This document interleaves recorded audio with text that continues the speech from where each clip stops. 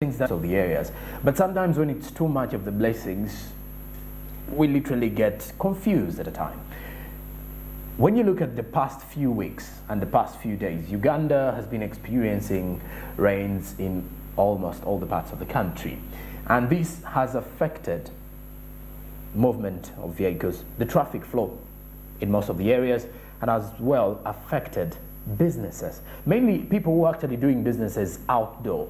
Look at the people in the markets, street side vendors, not only in Kampala, by the way, but also those up country, and then those in various districts across the country or various regions as well. The continuity of these rainfalls has definitely led has actually led to people adopting to a new work scheme whereby people will not wait till 7 p.m. to close their businesses, but now people leave as early as 3 p.m. because they want to beat the traffic. They want to be back home as early as 8, because with a lot of traffic comes with the time when you get to realize that you may either reach late at work. So our on-ground discussion this morning is going to discuss on the issues to do with the effects of rains on businesses. How has this affected business people across the country as well? And Berija Andrew, who is in Bwaise, quite ironical in that aspect that he's in Bwaise, and about some of the things that are being talked about Bwaise anyway. But now he's in Bwaise, and we're going to be getting the public opinion, the people's views on how this rain is affecting the flow of business in the country. Berija Andrew.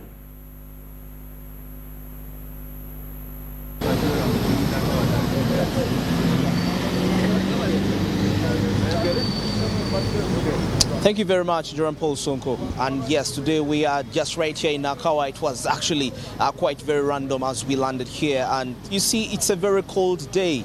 It looks very cold as you can look in the sky. Actually, it's literally threatening to rain, and quite a lot of people have been affected by the weather. Today we are discussing the impact of the heavy rains on the people's businesses. It could be any person out there. You may not necessarily be working in a certain market or a certain congested area. Whatever business you're doing in some way could be affected by the heavy rainfalls. And of course, majority of the people are complaining. And I mean, quite so many. If you go to downtown in Kampala, quite a lot of buildings, rain has been just entering literally in the ribs of the businesses, and quite so many people have lost property. But definitely, apart from the people losing property, we just landed randomly in the street today as we are going to interview the different people regarding what they think how the rain is affecting their business. Definitely, whatever business you are running out there, you could be selling something, you may not be anywhere. There is a way somehow the rain affects you. Remember, now looking at the transportation sector, when it rains, there is always a heavy congestion. And you know, when there is a heavy congestion, a majority of the passengers prefer actually to walk. Yes, so you find that definitely in that way you're going to be losing money, because there is a lot of jam. And if you delay, if you enter, if you use any kind of a motor or any kind of transportation, either way you're going to be affected. So you find that still the business still will be largely affected. Remember, there is a current crisis going on lately of the climate change. Seasons are changing. They're not like how they used to be back in the days. It's unpredictable. It can be sunny at any time. It can be rainy at any time. And definitely quite a lot of activities are being affected. Of course, it's good news for the people that are into the agriculture sector, because definitely this is the time to plant, to sow the seeds, because when the soils get that enough water, that's going to enable them to get quite enough water for their germination. So that's a little bit, but still there ought to be a balance. But Mother Nature, of course, somehow always does things depending on the times and the feeling and what it has to do. So you find that it's very inevitable, definitely, for rain to fall on certain seasons, and also the sunshine to shine on certain seasons. So I'm going to try to have an interaction with some people here, and we discuss how is the weather affecting their businesses regarding, and of course, you're running a business out there, but there is a way the rain is affecting you. So I want to get different opinions, different views regarding what people think the weather, how the weather is affecting their businesses. Sebo jebaleko. Kale sebo. Jebaleko. Kakwateko sa amanya. Amanya gange Agustino Kesho. Opiti. Okay, kale njogerako. Oyina business jokola. Nze Tungangaato. Otungangaato, kale omulamwa gwa leero tubadde twogera enkuba efuuse enzibu ennyo ate ffe channel yaffe tukola bintu bya business. Njagala ombulire whether eno enyigiriza etya ebyenfuna byo nga gwe omuntu. Efuna zange ntono. Anti okusinziira ku weather gye tulimu enkuba. Efuna zange ntono. Lwokuba ati nina abaana sirina ssente enkuba entawanya ndi musajja muyivu naye nga engeri gy'emirimu ndaba mirimu zange ntono Tungangaato naye nga sirina ssente ate ndina abaana beesomesa.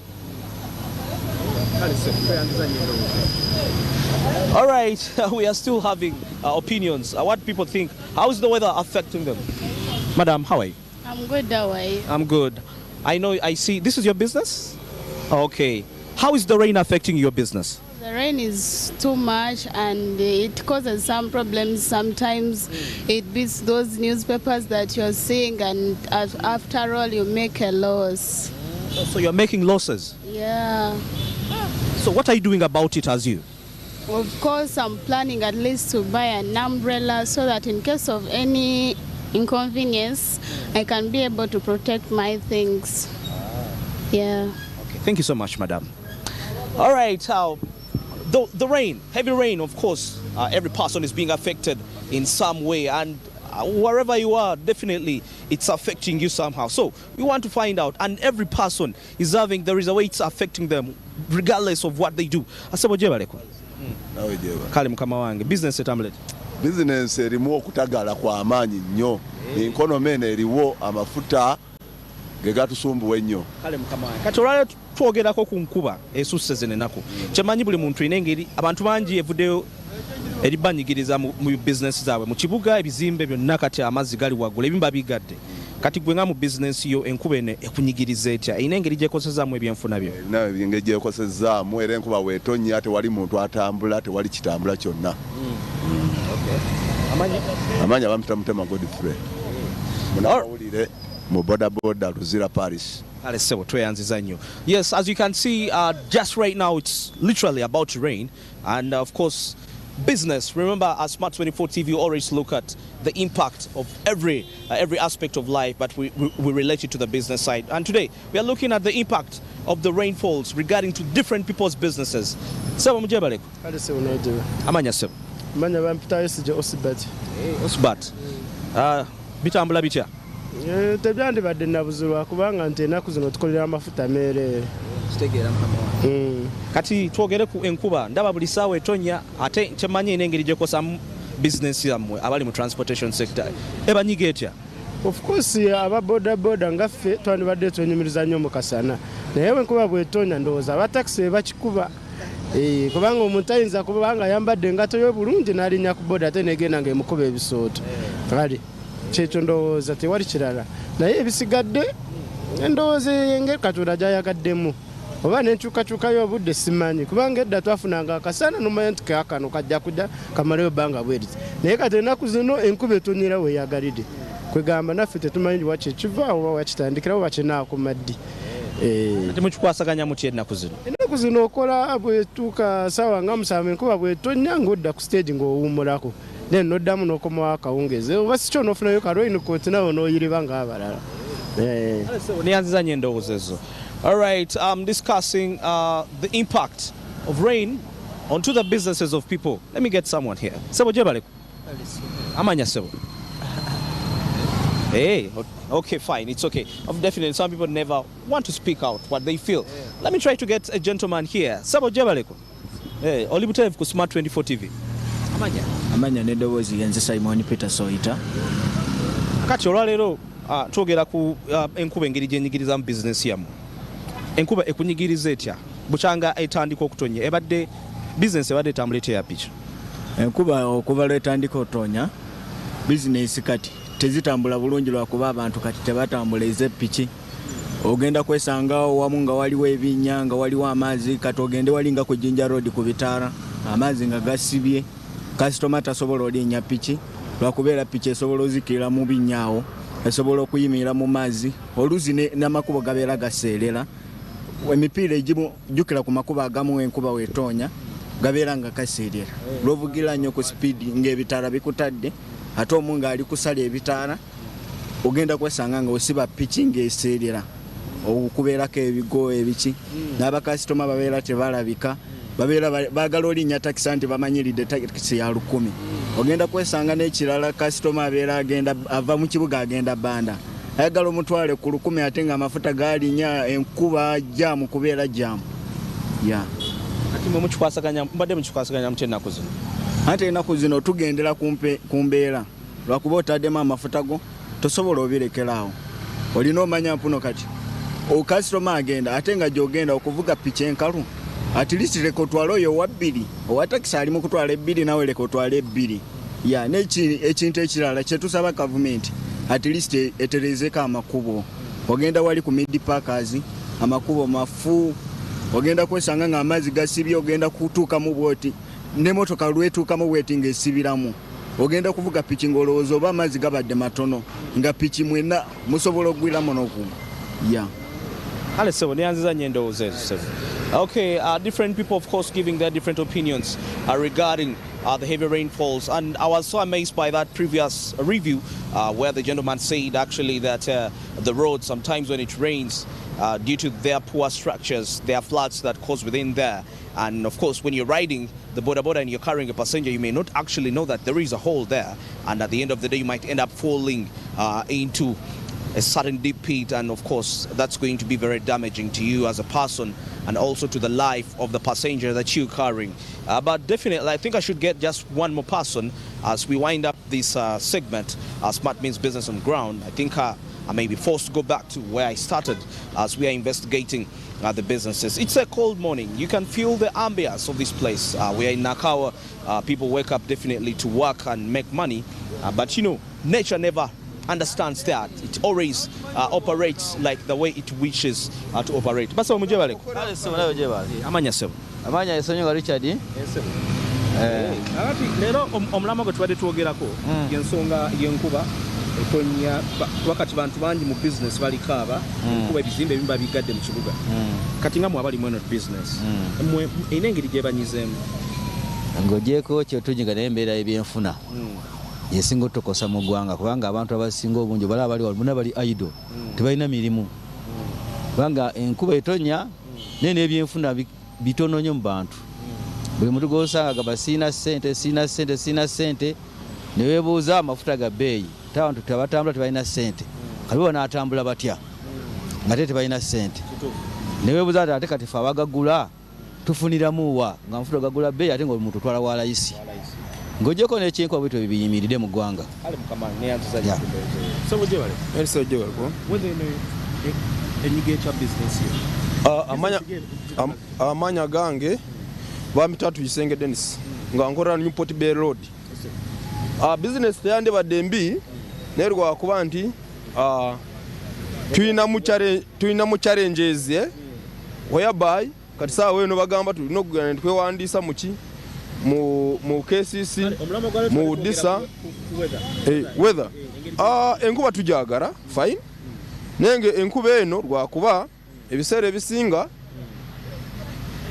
eina wantu wetonya nosanga nti amataba gakoze eki gayingiddewo nti for example juzi enkuba yakola ki andi kati fe enkuba bwetonya awaliwo amazzi manyi obanga tosobola yitawo.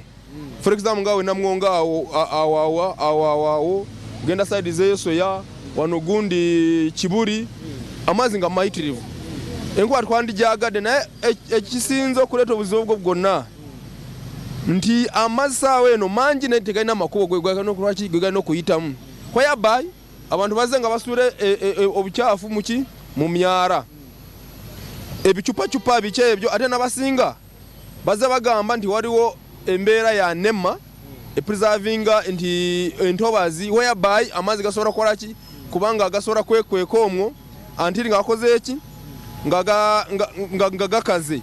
At this moment entobazi ezo tezikyaliwo, abasinze bazimbyemu zi factories bagenze ne bakola ki ne bazimba amayumba kati amazzi wegande badde nga gabeera mu lutobazi wali bagende bayoma ettaka amazzi neganonya wakola wegayitira nga naye gakola ki nga tewaliiwo kati nigadjoka nigakola ki nigagenda batuuze nigansanga mvuga kaboda kange nigakola ki nigantwara kati ensonga eriwo kati naye ndowooza ekiriwo kyakunoonyeza ekkubo lyaki ly'amazzi ago naye enkuba yotujagala kuba tubali tukawo omusana buli lunaku naye kati omukisa guzze enkuba ebeera mukisa ensi endala enkuba tekola ki tetonyayo n'olwekyo tuli bannamukisa bannayuganda kubanga enkuba etonya mu Uganda yaffe naye kati ekiriwo tulina okunoonya empenda amazzi wegalina okuba gakola ki wegalina okuyita oba emyara bakole emyara nga mirungi good channels nga zizoraba zebwayise eyo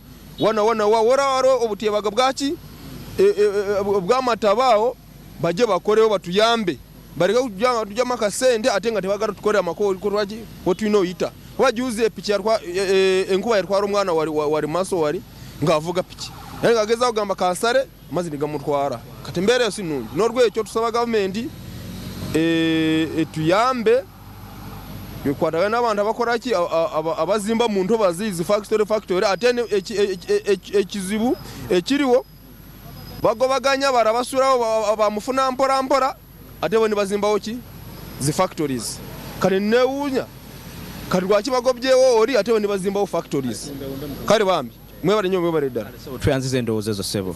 Okay, that's very interesting, the different views regarding the different people as to how the rains are affecting their businesses. Like I said, you may not be, whatever thing you're doing, it could be even going to pursue your career, probably you're reporting back to work in some way. The rain is affecting your daily activities. And today, it's been the topic of discussion on ground. This is Smart Means Business on Ground. Andrew Barije, back to studio with Jerome Paul Sonko.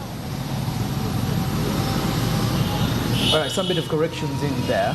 Bariji was in Nakawa, and he was getting views from people in Nakawa. I had initially called in for Bwaise. Apparently, thought he was in Bwaise early in the morning. But now he was in Nakawa getting the public opinion on the matters to do with how rain is affecting their businesses. But you get to realize that everyone is being affected differently. So how you perceive the issue is quite different from how someone else may perceive it.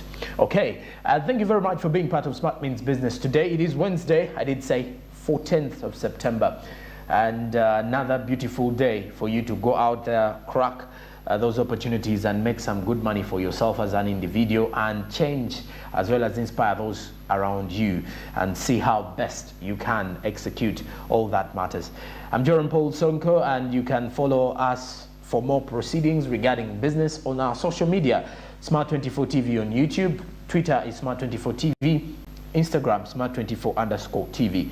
Then the website is www.smart24.tv for more business reports and stories, as you can definitely engage more on that. I'm Jerome Paul Sonko on Twitter, Facebook and Instagram. Have a blessed day. Good morning.